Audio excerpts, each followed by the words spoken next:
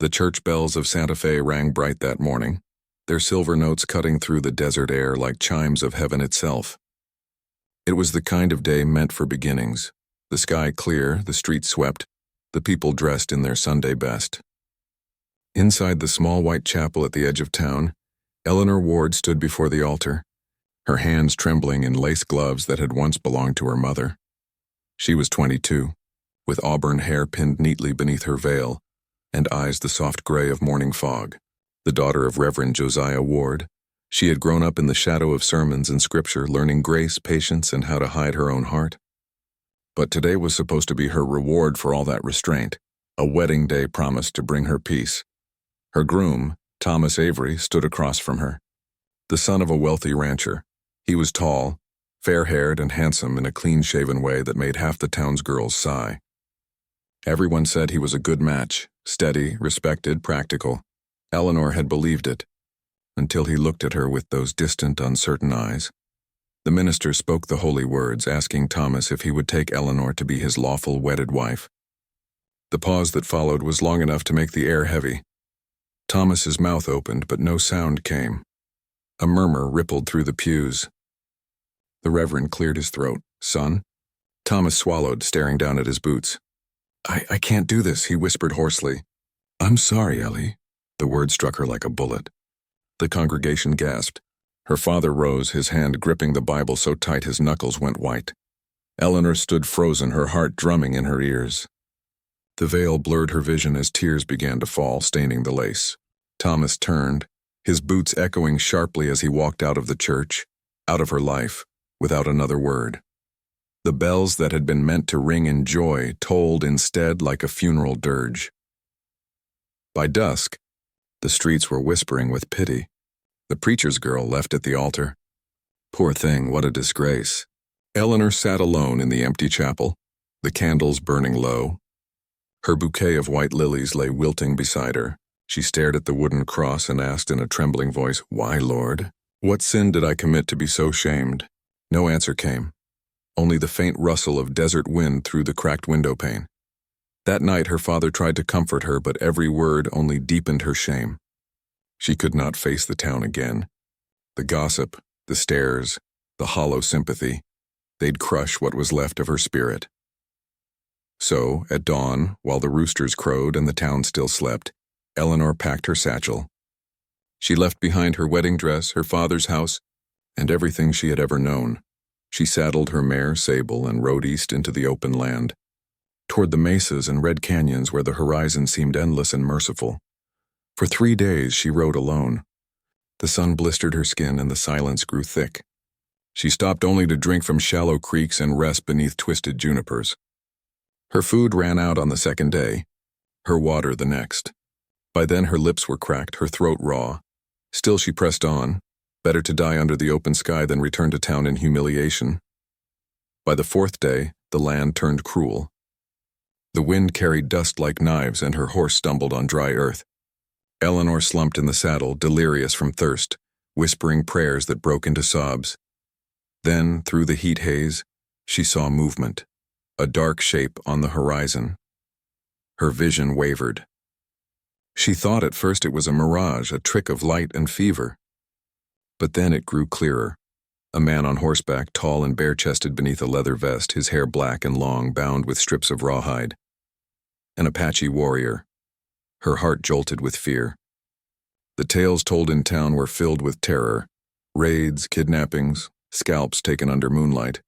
She tried to turn her horse, but Sable was too weak. The figure rode closer until she could see the flint of his eyes, dark and sharp as obsidian. He dismounted silently and approached. His face was carved with calm strength. His body moved like a shadow, measured, powerful, silent. He spoke in accented English, his voice low and even. "You ride alone, white woman. That is not wise." Eleanor tried to speak, but her throat was too dry. Her vision swam. The man studied her, his expression unreadable. Then, without hesitation, he caught her as she slipped from the saddle. She felt the firmness of his arms before darkness swallowed everything. When she woke again, she was lying beside a small fire under a canopy of stars. The man sat nearby, his rifle across his knees. the firelight painting bronze across his skin. Her mare grazed quietly nearby, unharmed. Eleanor's first instinct was fear. Where am I?" she whispered. He didn't look up. "Safe for now." She pushed herself up, dizzy but alert. "Are you going to hurt me?" He glanced at her then, his expression unreadable. "If I wanted that, you would not ask." His words were sharp but honest. He handed her a water skin. She hesitated, then drank greedily. The cool liquid burned her throat, but she didn't stop until it was empty. "You should not be alone here," he said. "These lands are not kind to the lost." She swallowed hard. "Who are you?" He stared into the fire for a moment before answering. "Taza," he said simply. "Son of no tribe. I walk my own path." Eleanor wrapped the blanket tighter around her shoulders. "I didn't mean to come here," she murmured. "I was only trying to—" "Get away." He nodded as if he understood. "We all run from something." The desert wind sighed through the mesquite, carrying embers into the night.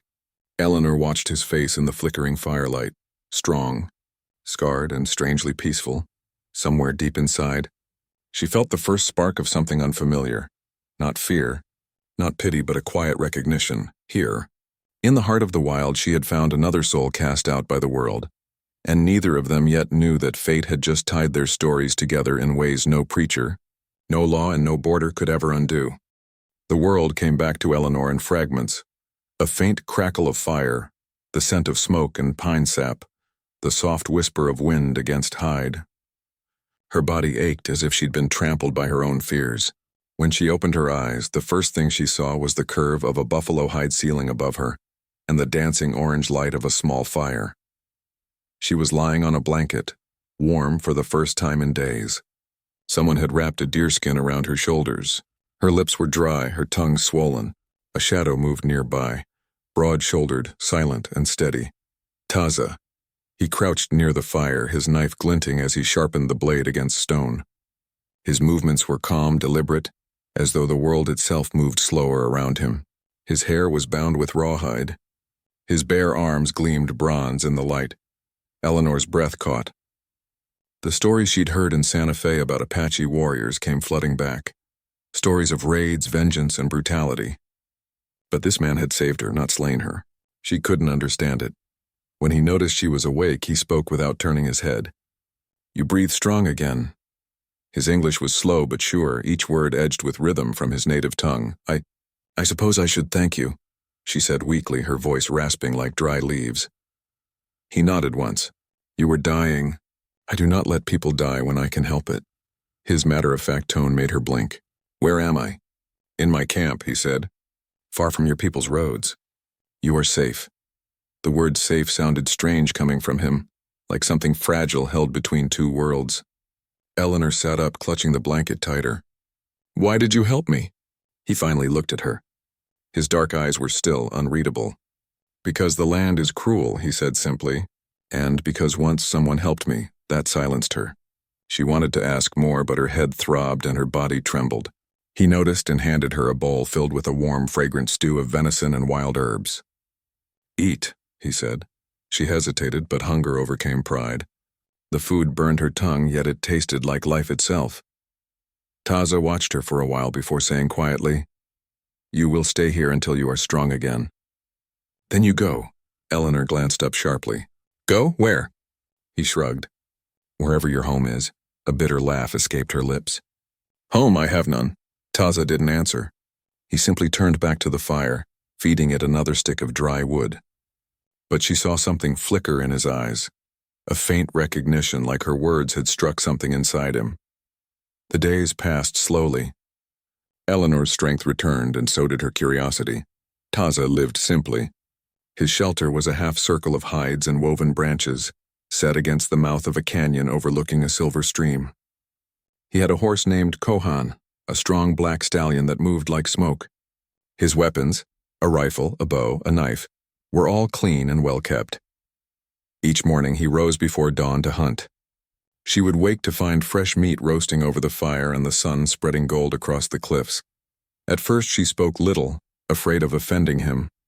But he wasn't unkind and only quiet. He moved through the world like a man carrying a heavy ghost. On the third day she tried to help by gathering water from the stream. When she returned, he said, You should not wander. There are snakes, coyotes. I'm not helpless, she replied sharply. He raised an eyebrow but said nothing more. That silence of his, and it wasn't cruel. It was thoughtful, almost respectful. By the fifth day, they began to talk, haltingly, awkwardly, like two travelers meeting halfway across a bridge. She told him about Santa Fe, about the white church with its cracked bell, about Thomas and the shame that had driven her into the desert. Taza listened without judgment, though his eyes hardened when she spoke of being abandoned. When she finished, he said softly, "Your man was weak. The land does not need weak men." Eleanor frowned. "You speak as if the world is all fight and hunger." He looked at her steadily. "It is." His certainty unsettled her, yet some part of her admired it. That quiet conviction, the absence of self-pity. One afternoon, she followed him up a ridge. From there, the desert stretched out forever. Mesas, canyons, and the slow blue ribbon of a distant river. "Your land is beautiful," she said softly. "It is not mine," he replied. "It belongs to the spirits. We only borrow it." His words held reverence, and she envied the peace behind them. "Why did you leave your people?" she asked, his jaw tightened. "They are gone. Some killed, some taken, the rest scattered like sand." Her heart clenched. "I'm sorry," he shrugged. "The wind takes what it wants." She didn't know what to say after that. Silence fell, but it wasn't cold. It was the silence of two hearts carrying grief they didn't have to explain. As the weeks passed, Eleanor learned to live differently. She cooked with roots and herbs, learned to mend hides, to ride bareback, to listen to the land sounds of the cry of hawks, the hush of the wind through juniper trees. Taza taught her Apache words, short and sharp, each one alive with meaning. Shia, woman. Tsena, mountain. Nihi, together. Sometimes he would smile, not often, but when he did, it changed his whole face. It made her stomach flutter in ways she didn't want to name. One night, as the firelight flickered across the canyon walls, she finally asked, "Why do you live alone?" He took a long time before answering. "Because men with white skin call me savage. Because my people call me traitor for speaking their tongue. Alone is easier." Eleanor stared into the fire. "Then maybe we are the same," she whispered. He looked at her, truly looked, as though seeing beyond her torn dress and pale skin to something deeper, a soul just as untethered as his own. "You," he said quietly, "are stronger than you think." She felt her throat tighten. "You don't know me. I know what it is to be left behind." The words hit her like a bullet of truth. One night, the air turned cold and sharp. The moon rose over the canyon like a silver coin, and Eleanor couldn't sleep. She stepped outside the tent and found Taza sitting by the dying embers, his rifle resting across his knees. "Can't sleep?" she asked softly. He shook his head. "Old ghosts walk tonight." "Mine too," she said, sitting beside him. He glanced at her, and for the first time his hand brushed hers. Just a faint touch, unplanned. The warmth of it ran straight to her heart. She didn't pull away. For a long time they sat in silence, listening to the wind and the distant cry of wolves. Then Eleanor asked, almost in a whisper, "Why did you help me that day?" He turned his face toward her, his voice low as the fire's last flicker. "Because you looked like me, alone." Something deep inside her broke open, something soft and yearning. In that moment she saw not a warrior, not a savage, but a man who had lost as much as she had, and somehow still had the heart to care. The fire burned down to glowing coals. Taza rose, looking at her for a long moment. "Sleep, Shia," he said gently. "Tomorrow we hunt."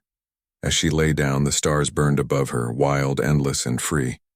She felt for the first time since the church bells had betrayed her, that perhaps the world wasn't finished with her yet, and somewhere in the darkness, she began to wonder if this man, this quiet Apache outcast, was not her captor at all, but her deliverance.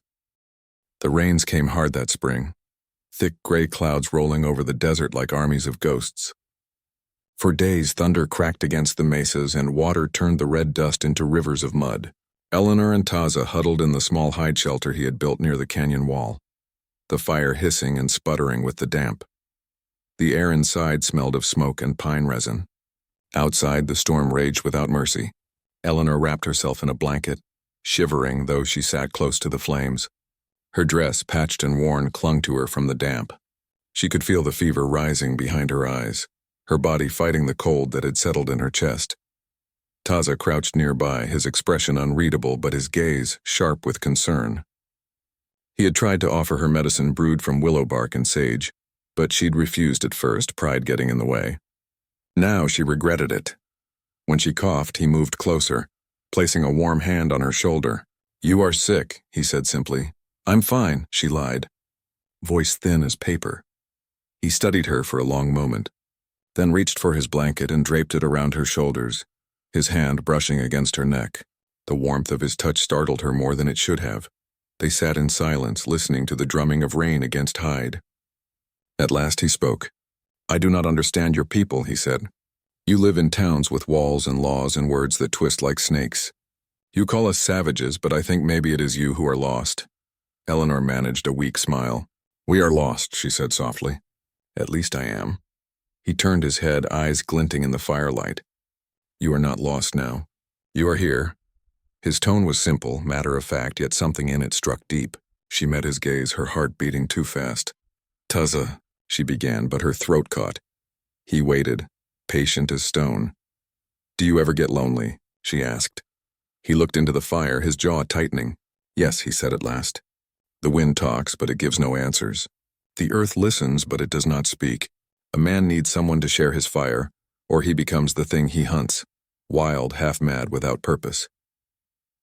His honesty shook her. Few men she'd known had spoken so plainly. She wrapped the blanket tighter, watching the shadows move across his face. After a long silence, he said something that made her breath catch. "I need a woman," he said, the words slow and deliberate. "And you need a home." The words hung heavy in the air, louder than the storm outside. Eleanor blinked, uncertain if she'd heard him right. What did you say?" He looked at her directly now, eyes steady, unflinching. "You cannot go back to your people. They would not take you. You have no place in their world. I have no tribe, no wife, no peace. You stay here with me. Be my woman.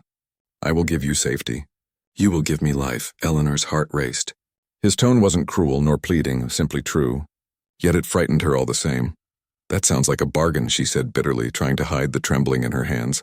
"Like a trade." Taza's lips curved into a faint, wry smile. "All things in this world are trade, Shia. Even love." Her breath caught. "You don't know what love is," she whispered.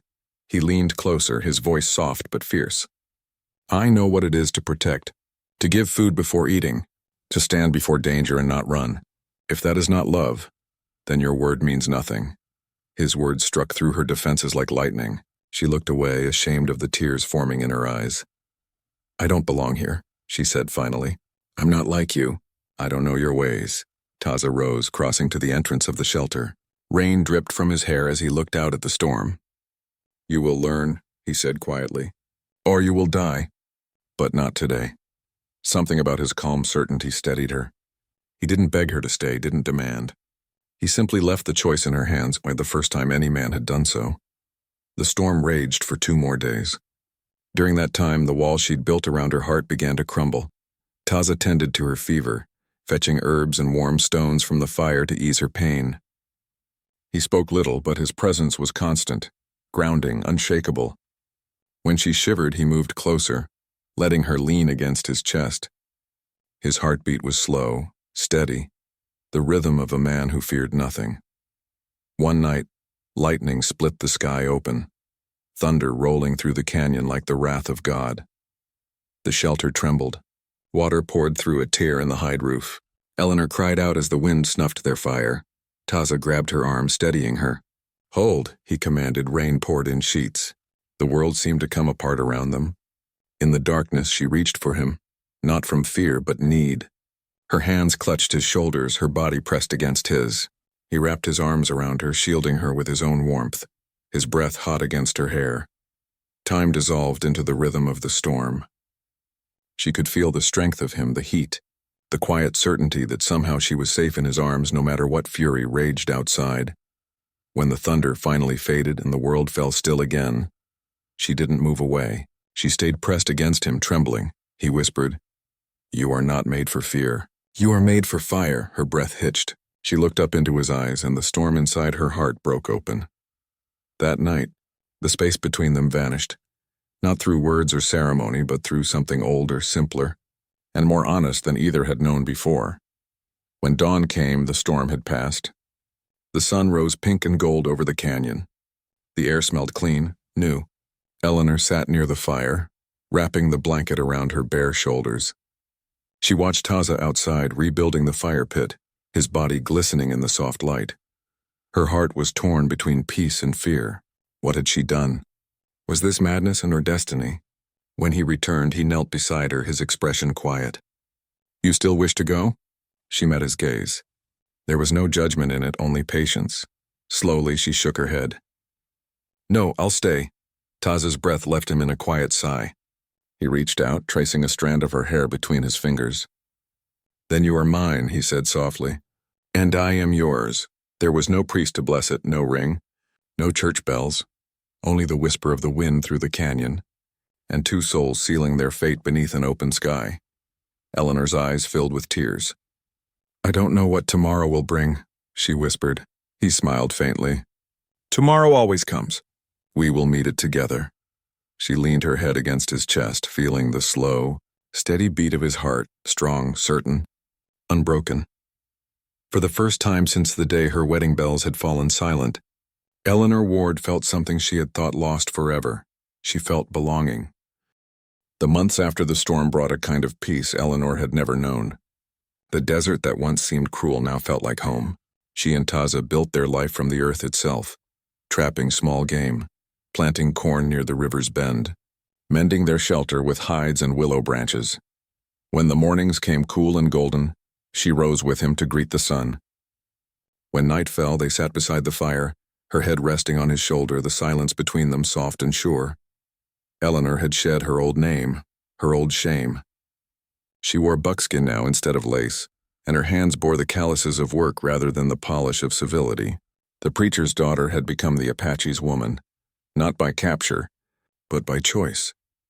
Yet beneath that quiet rhythm, danger stirred. The year was 1873. The U.S. cavalry had declared new orders to pacify the remaining Apache bands across the Southwest. Soldiers rode the plains in dusty blue columns, rifles glinting under the sun. To them, an Apache was not a man but a mark, a target on horseback. Taza knew what that meant. One morning he stood on the ridge overlooking the canyon, his face dark with worry. Smoke rose far in the east, thin gray lines twisting toward the heavens. Eleanor joined him, her hair loose in the wind. "What is it?" she asked. He pointed toward the horizon. "Soldiers," he said. "They burn the land. They take everything, food, horses, women. They say it is law." Her stomach tightened. "Will they come here?" "They come everywhere," he said grimly. "They hunt my kind like wolves." Eleanor's hand found his. "Then we'll leave." "Go north, maybe." He shook his head. "No, the north is worse. My people tried to run once. They were slaughtered." His words fell heavy. For the first time since she'd met him, she saw fear flicker behind his calm. That night they packed what they could. Food, weapons, hides. Taza taught her how to shoot his rifle, steady and true. "Aim for breath," he told her, guiding her hands. "Not for rage." They moved their camp deeper into the canyon, hidden beneath the jagged cliffs and tall pines. For days they waited, the silence broken only by the calls of ravens. Then one morning, gunfire echoed from the east. It came like thunder, sharp, sudden, rolling through the hills. Taza's head snapped toward the sound. "Stay here," he ordered. "Taza." He stopped her with a look fierce and final. "You hide. You hear me? No sound, no fire, no light." Before she could answer, he mounted his horse and rode toward the smoke. The last she saw of him was his dark figure vanishing into the red horizon. Rifle slung across his back, his hair whipping in the wind. Eleanor stood alone, the sound of his horse fading into the distance. Hours passed. The gunfire grew louder. Then came screams, distant but unmistakable. The sky filled with smoke. She wanted to run, to find him, but his words held her in place. As dusk fell, the desert went eerily still. Only the wind whispered. He didn't come back that night. By dawn, Eleanor could bear it no longer. She saddled Sable, ignoring the tremor in her hands, and rode toward the sound of death. The air smelled of blood and ash. When she crested the ridge, her heart nearly stopped. Below her lay a field of ruin, wagons overturned, tents smoldering, the earth littered with bodies. Cavalry uniforms and Apache garb mixed together in a grim mosaic of men who'd never meet again beneath the sun. She called his name. Once, twice, but only the wind answered. Then she saw him. Taza lay half-hidden near a fallen horse, his chest rising shallowly. His leg was bleeding badly. Blood soaked the dirt beneath him. She slid from her saddle and ran, dropping to her knees beside him. "Taza!" she cried, pressing her hand against the wound. His eyes fluttered open, hazy with pain. "You came," he whispered, his voice rough as gravel. She choked on a sob. "Of course I came, you fool. I wasn't going to lose you too." He managed a faint, broken smile. "I told you to hide, and I told you I don't take orders."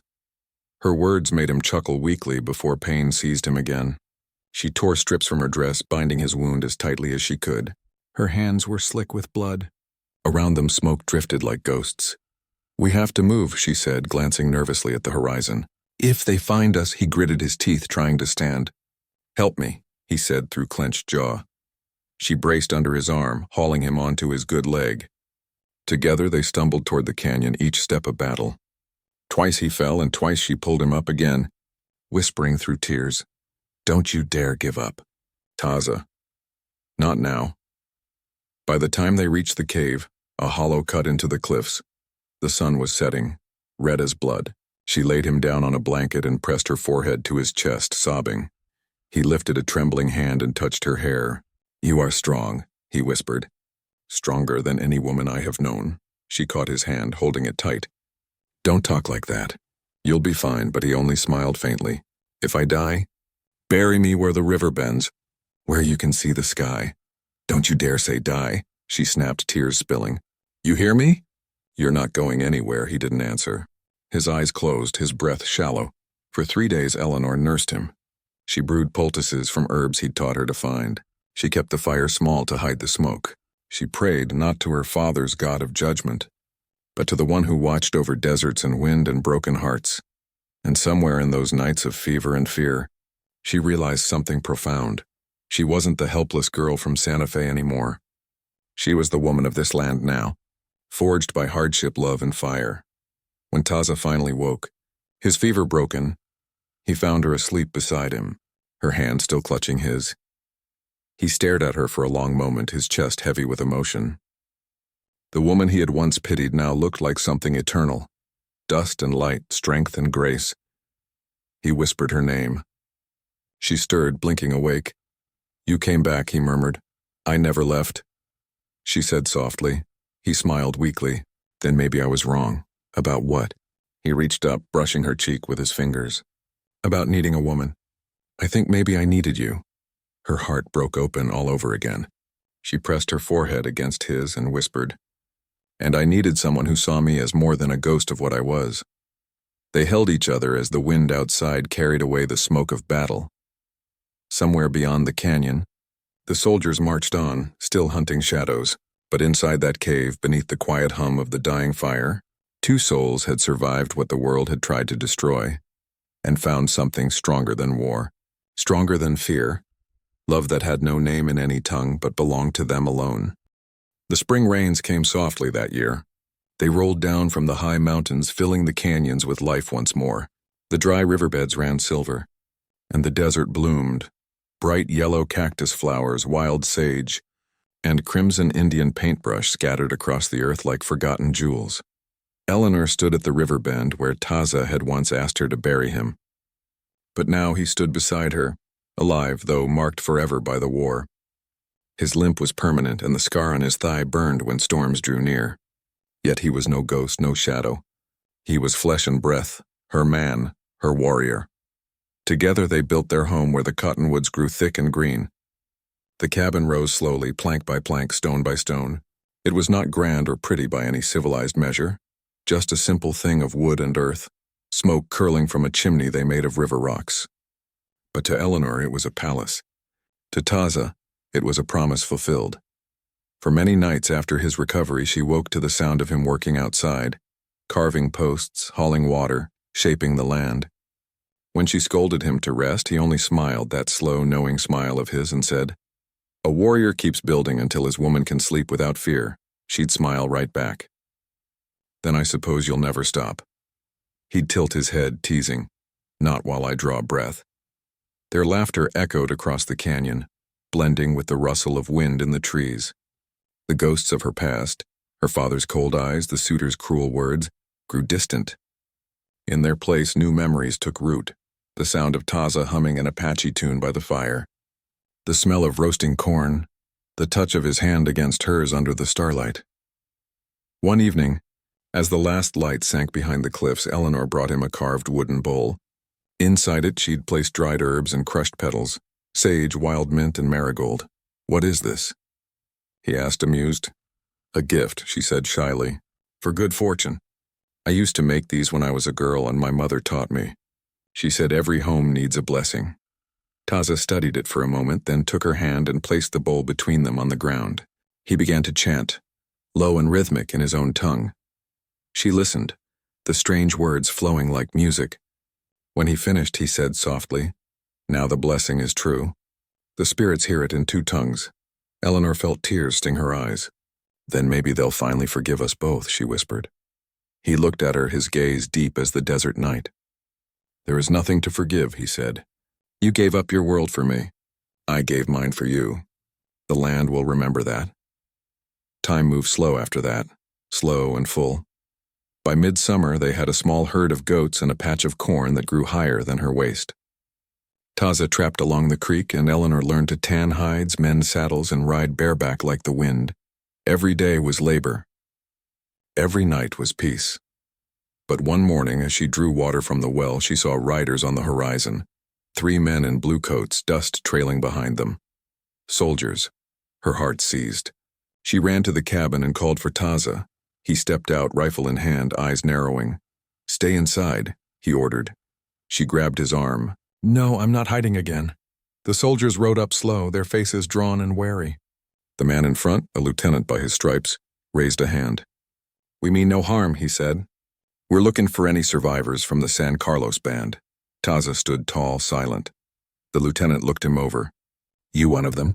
"I was," Taza said simply. The soldier nodded grimly. "Orders came down from Fort Bowie. They're calling for peace now, after too much blood. Most of the fighting's ended." He glanced toward Eleanor, eyes softening. "You folks been here long?" "Long enough," she replied firmly. The lieutenant hesitated, then said, "There's talk of settling this land. You build here, it's yours. The army won't bother you none." Eleanor felt Taza's hand find hers, a quiet, grounding touch. "Then we'll stay," she said. The lieutenant tipped his hat. "Good luck to you, ma'am, sir." When the soldiers rode off, Eleanor turned to Taza, her heart still pounding. "Did you hear him? He said it's ours. This land is ours." Taza looked at the valley, the river bend, the cottonwoods, the hills glowing red beneath the sun. Then he turned back to her, his voice low and sure. "It was always ours," he said. That night the sky was clear as glass, the stars sharp and close.